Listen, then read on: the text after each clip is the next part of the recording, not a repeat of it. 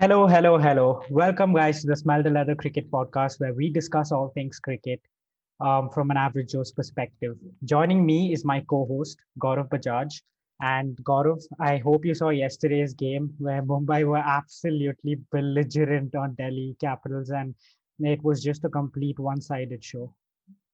Yeah. As we did predict, in fact, Mumbai are going to be too strong for Delhi's side. And when you just look at that team, especially when Rohit and Pollard, if you think they didn't score a run and then to get to 200 against a side which has Rabada and Nokia, it's just phenomenal. It's hard to beat a side like Mumbai on their day.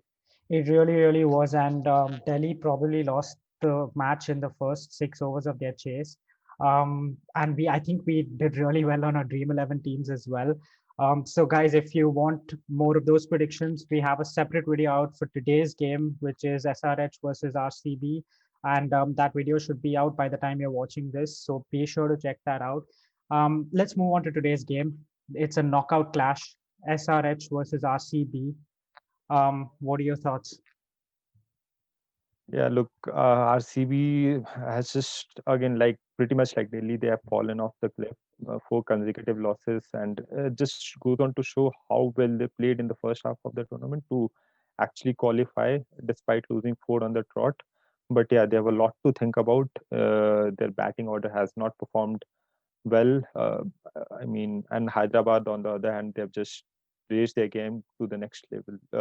At one point of the tournament, they were hovering around on the sixth or seventh spot, but they managed to beat top three teams on the go and secured the spot.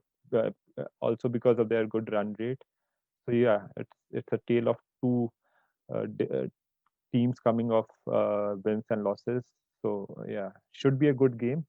Talking about RCB specifically, what do you think has gone wrong for them? I mean, four consecutive losses. They seem to finally have a settled combination, but just doesn't seem to get it right in the last few Yeah, games. I think, even if you look at the last game that they played against the Delhi Capitals, the batting just lacked that aggression that you would usually associate with an RCB team, especially given all the names and the firepower that they have.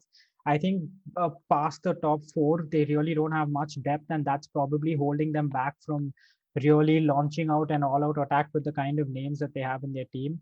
And we keep hearing from the RCB camp that it's only 3 games on the trot to win, and they win the cup. But then, if you're losing four on the trot, how do you expect to win three on the trot? It's they'll really have to pull their socks up to sort of compete. Even in today's game, it's going to be really difficult for them. That's true. I totally agree to that point. Well made. Yeah, and Yeah. speaking of RCB's batting lineup, I mean, maybe Kohli can open. Like, what do you think about that? Do you think that's a Yeah, possibility? yeah. I have been wanting Kohli to open the batting for so long now. If you just look at the stats, I mean, his record while opening the batting is uh, just tremendous. I mean, his average what 60 and a strike rate of over 150. And we remember the 2016 season where he hit 400. So there he was opening the batting as well. So Kohli has to open. The other thing that has been a problem for Kohli is this IPL. Interestingly, he has played 259 balls during that middle phase, which is the most by any player, and he has a strike rate of around 110 or so. Mm, The fourth worst, in fact, which is very surprising when it comes to Kohli. mm. I mean, you normally see Kohli dominating the bowling, not just with boundaries, but he he keeps the scorecard moving, but this that has not happened this season. So if we can open the batting, take on the new bowling with the field restrictions, you set the tone. I mean, you want your best batsman to face as many balls as possible. So yeah, Kohli's case of the order is definitely something to look at, and I'm sure Mike Hessen and Simon Cattage would give it a serious thought. Yeah, and being the captain of the team, I think he would really want to lead from the front. So maybe opening the batting would be a really good shot in this game. Speaking of changes, as we are talking about Kohli moving up the order, do you see probable changes for RCB in this game coming off of Delhi's loss? Yeah, yeah. One straight change that I see is Moeen Ali coming back in place of Josh Philippi.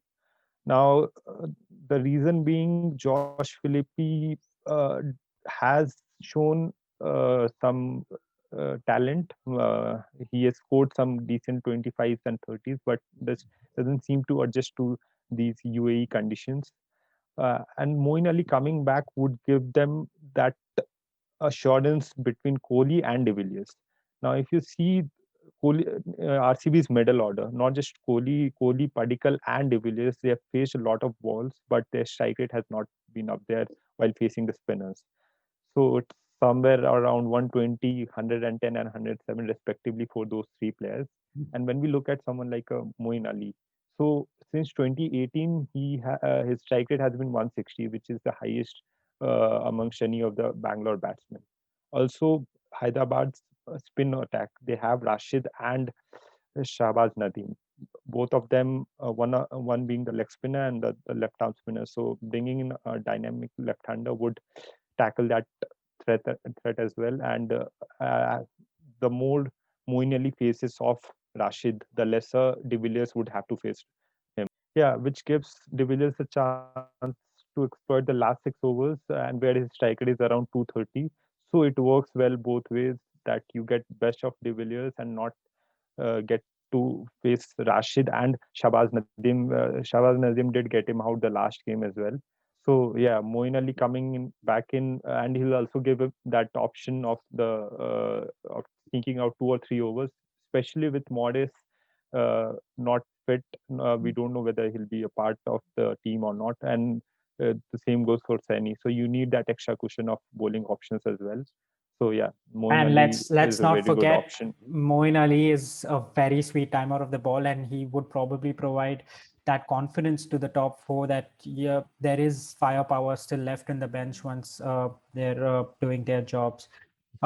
So let's talk a little about SRH. Now, Yeah, David Warner mid tournament made a change from Bairstow to Saha, which has proved to be a very smart move, a very productive move. yeah. Yeah, look, to be frank, I was very surprised when they left Bairstow out. I mean, with the quality that Bairstow brings to the table, it's hard to leave him out. But Shah has just been phenomenal.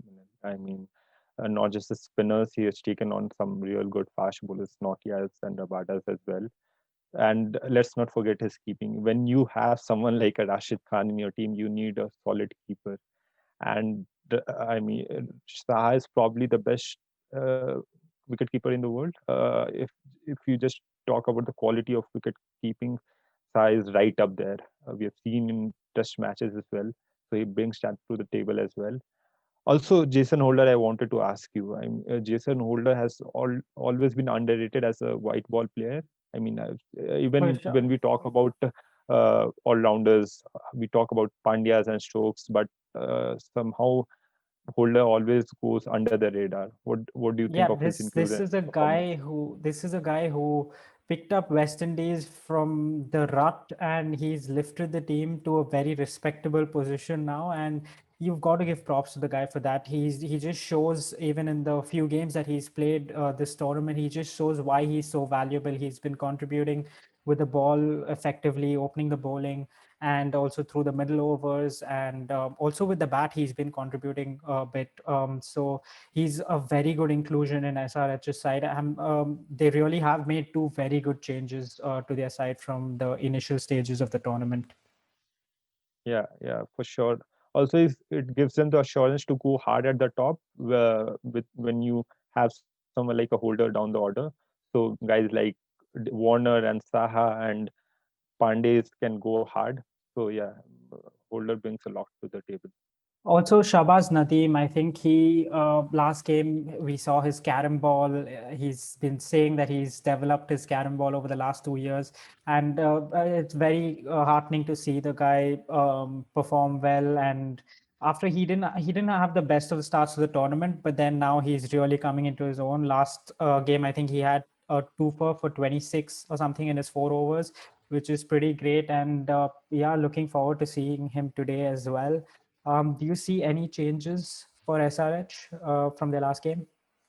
Yeah, I would like to see Abhishek Sharma in place of Priyam Garg. Mm, I think Priyam Garg at 6 or 7 uh, doesn't give you much. Abhishek Sharma would be more of a fire part in that position. Also gives you that left-handed spinning option. And against a team like Bangalore, who are always susceptible to left arm bowling and leg spin bowling, he gives a good option. He's a gun fielder as well.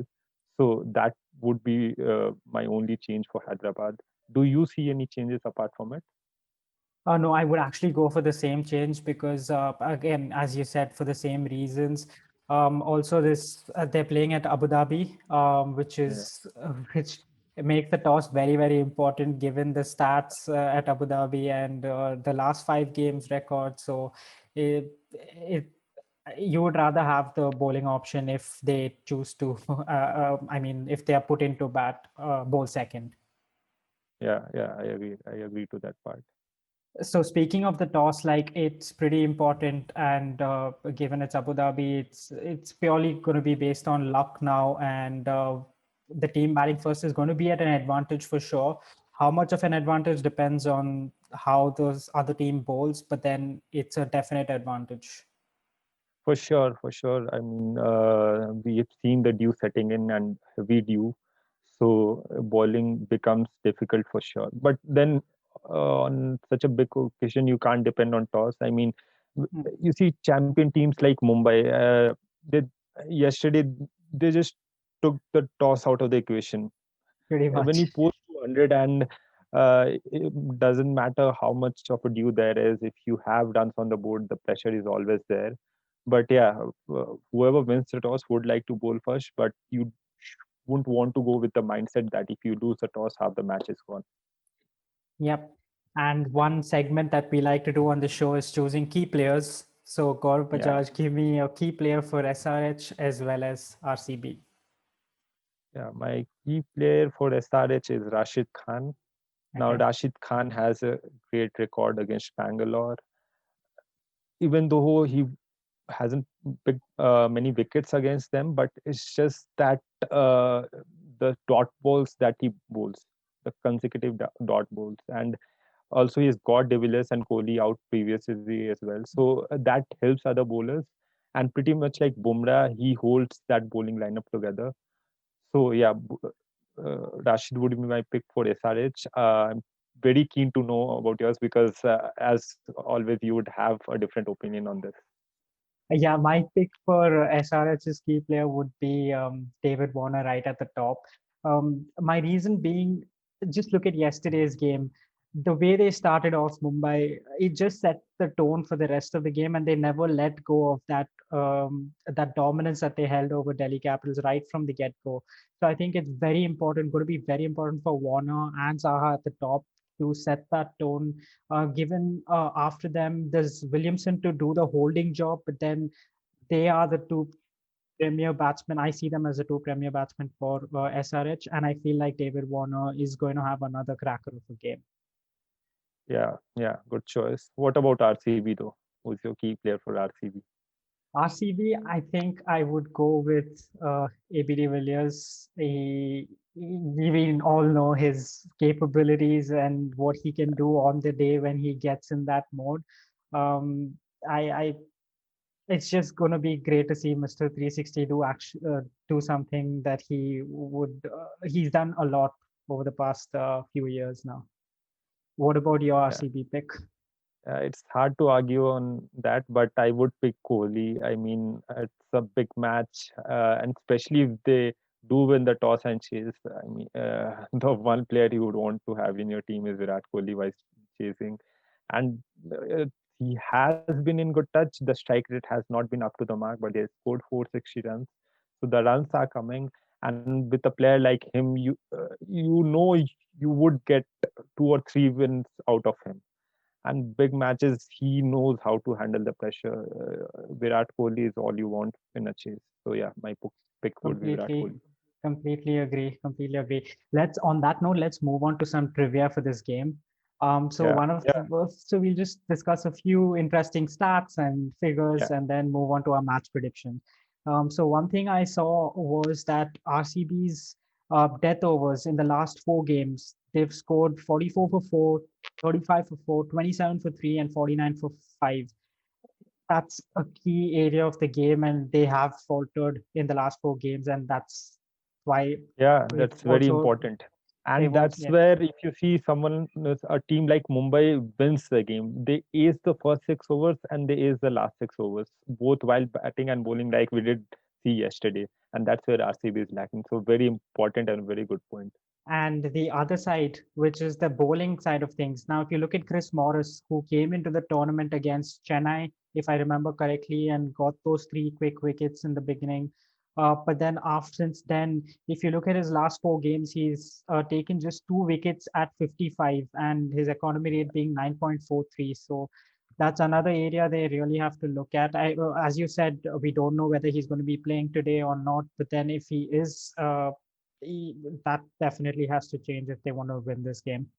Yeah, no wonder why they've been on a losing streak, because Modis has been in the initial games. He was bowling really good, some really good death overs as well, and this form slip the slipping of his form has shown Hmm. in their results as well.